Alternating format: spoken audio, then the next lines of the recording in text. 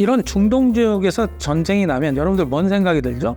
유가가 많이 오르겠네? 이런 생각이 들죠? 그런데 실질적으로 따지면 안녕하세요. 금융투자 전문가 용사부입니다. 용사부와 함께하는 테마는 환율 1,400원 주가 폭락. 도대체 왜 이러는 거야?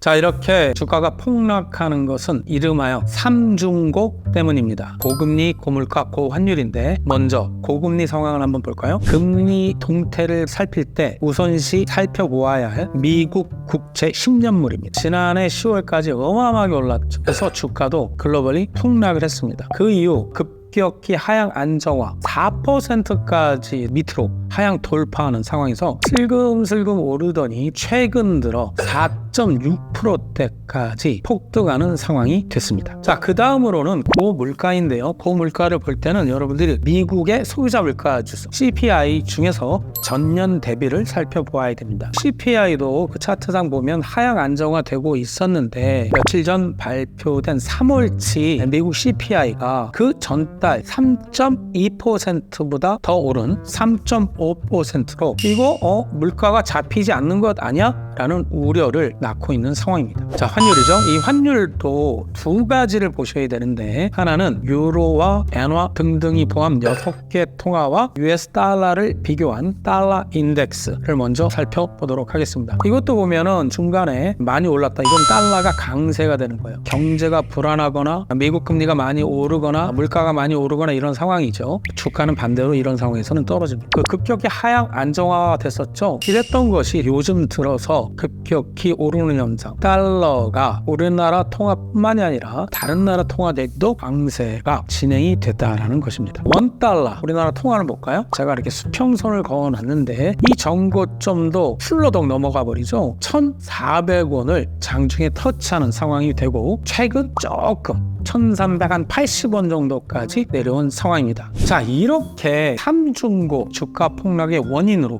작용한 것입니다. 그럼 이 삼중고의 원인을 한번 살펴보고 이 원인들이 앞으로 어떻게 될 것인지 알아야 주가가 앞으로 어떤 방향으로 흐를지 파악할 수 있겠죠? 일단 촉발시킨 게 이란과 이스라엘이 한 번씩 주고받았죠? 이런 중동 지역에서 전쟁이 나면 여러분들 뭔 생각이 들죠? 유가가 많이 오르겠네? 이런 생각이 들죠? 여러분들 차트를 한번 볼게요. 이것은 WTI 미국 텍사스 중진류 차트가 되겠습니다. 그래서 많이 올랐죠. 특히 4월 5일 최고점을 찍죠? 4월 1일 날 이란이 이스라엘에게 쏘고 이스라엘이 반격한 그 시점이 됩니다. 그런데 어떻게 돼요? 유가는 오히려 전쟁을 한번 주고받은 다음에는 하향 안정화되고 있다는 것이죠. 촬영일 현재까지 그렇습니다. 월가의 전반적 시각은 이란 이스라엘 전쟁이 전면적으로 확산될 것 같지 않다. 서로 한번 주고받았으니 명분은 세웠다라고 생각하고 있고 저도 동의합니다. 여러분은 심리 측면을 반드시 생각해 보셔야 됩니다. 지도 하나를 보고 계시는데요. 바로 위에 이란이 있죠. 호르무즈 해협을 이거를 이란이 봉쇄할까 봐. 이 호르무즈 해협은 전 세계 원유 가스 수송의 20%, 우리나라는 무려 60% 이 해협을 지나다닙니다. 이게 봉쇄되면 정말 큰일 나겠네. 봉쇄하면 유가가 폭등할까 봐 걱정하는 것인데 그런데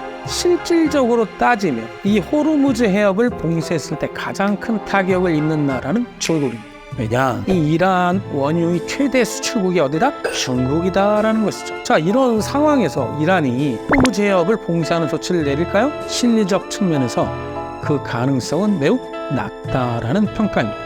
주가 폭락의 원인을 이런 이란, 이스라엘 사태로 보지 마시고 가장 중요한 것은 미국의 연준이 금리 인하를 할 것 같은데 당초 예상보다는 그 횟수도 줄어들고 시점도 늦어질 것 같다라는 것이죠. 이게 문제인 거예요. 연준 위원들 중에서는 올해 못 내릴 수도 있다. 오히려 올릴 수도 있다라는 주가에는 정말 엄청나게 안 좋은 매파적 발언을 쏟아내고 있습니다. 지난 4월 가장 최근 FOMC가 열렸죠. 여기에서 보면은 올해 세 차례 금리 인하를 아직 전망을 하고 있어요. 그런데 19명 위원 중에 9명은 두 차례 금리 인하를 전망했죠. 한 명만 더 했으면은 세 차례가 아니라 두 차례로 전망이 바뀔 뻔했죠. 우리 금리 트레이더들, 채권 트레이더들이 보는 페드 워치를 보도록 하겠습니다. FOMC가 열리는 날짜가 나와 있죠. 자, 이렇게 열렸을 때 5월달, 6월달, 7월달 FOMC에서는 내릴 것 같지 않다라는 의견이 96%, 82%, 54%가 그렇게 보고 있다라는 거죠. 9월에 가서야 5에서 5.25%, 0.25% 내릴 것 같다라는 의견이 86%. 한 번 건너뛰어서 12월 달 마지막 FOMC 때 추가로 0.25% 인하할 것 같다라는 의견 지배적인 것이죠. 현재로 봐서는 금리 인하는 2번 정도, 그리고 최초의 금리 인하는 9월 FOMC에 가서야 이루어질 것 같습니다. 이런 것들이 현재의 주가를 끌어내린 결정적인 원인이죠. 이런 이유들로 인하여 우리나라 포함 글로벌 주가가 하락을 했는데요. 이 용사부 앞으로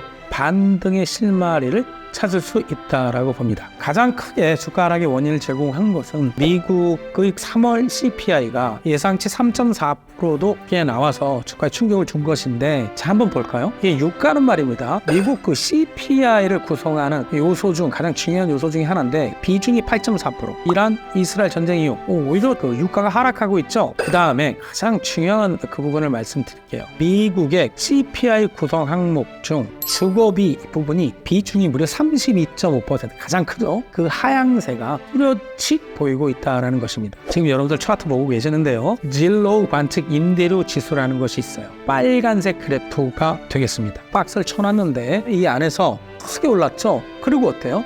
고점을 찍은 후 크게 내렸죠. 진로우 관측 임대료 지수보다, 즉 빨간색 곡선보다 느리게 오르고 또 시점도 느리게 조금 내려가고 있네요. 통상 보았을 때 이 진로우 관측 임대료 지수는 일반적으로 CPI PC를 구성하는 주거비를 6개월에서 12개월 선행한다고 합니다. 결론적으로 시장에서는 이미 주거비가 떨어지고 있는데 CPI 반영만 늦어지고 있다라는 것이죠. 연준이 목표로 하는 CPI 2% 진입이 곧 눈앞에 보이는 듯합니다. 자, 세 번째 희망적인 요소는 환율입니다. 먼저 우리나라 3월 수출입 동향을 볼까요? 수출은 전년 대비 3.1% 증가, 6개월 연속 증가하고 있죠. 2월에 비해서 조업일수가 1.5일 감소했어요. 그래서 일평균 수출로 따지면 9.9%나 2월 대비 증가한 것이죠. 대미 수출로 보면 역대 최고치 갱신이고, 더 고무적인 것은 대중 수출이 4개월 연속 증가했다라는 것이죠. 무역 수지는 10개월 연속 흑자. 여러분들 느낌 오셨나요?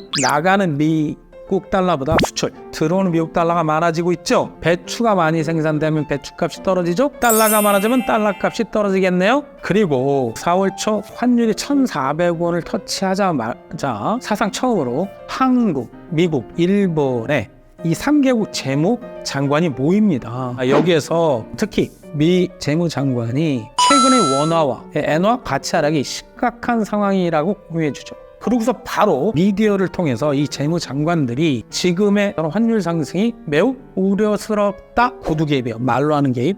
여기에 미 재무장관도 동참하죠. 원래 미국은 환율을 정부가 이렇게 구두 개입이나 실제 개입을 통해서 움직이는 것을 매우 싫어합니다. 그럼에도 불구하고 한국과 일본의 입장을 동의했고, 이런 것들이 제가 보기에는 환율의 안정화를 이루는 원인으로 보고 있습니다. 자, 마지막으로 국제결제은행이라고 있어요. 금융권에 있는 분들은 많이 들어보셨을 텐데 BIS라고 하죠. 이 국제결제은행이 각국의 물가 수준 등을 감안한 실질 실효 환율을 발표해 주는데 2월 말 자료입니다.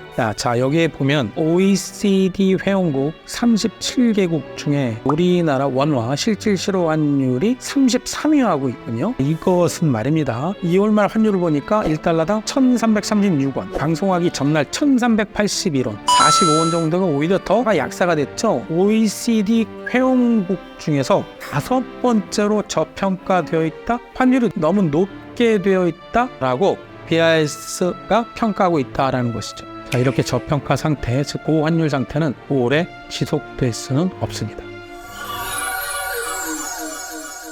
자, 지금까지 주가를 최근에 폭락시켰던 세 가지 원인, 고금리, 고환율, 고물가를 말씀드렸고, 고물가, 고금리, 고환율 상태가 앞으로 계속 지속될 것 같지 않고 그걸로 인하여 주가가 반등할 것 같은데 그 이유에 대해서 말씀드렸습니다. 실제로 방송일 현재 주가가 살아나고 있죠. 이 용사부의 동영상을 주가 하락 시마다 참고하시기 바라겠고, 투자 전략에 도움이 되셨으면 합니다. 지금까지 따라하면 부자 되는 TV 따부TV 용사우였습니다.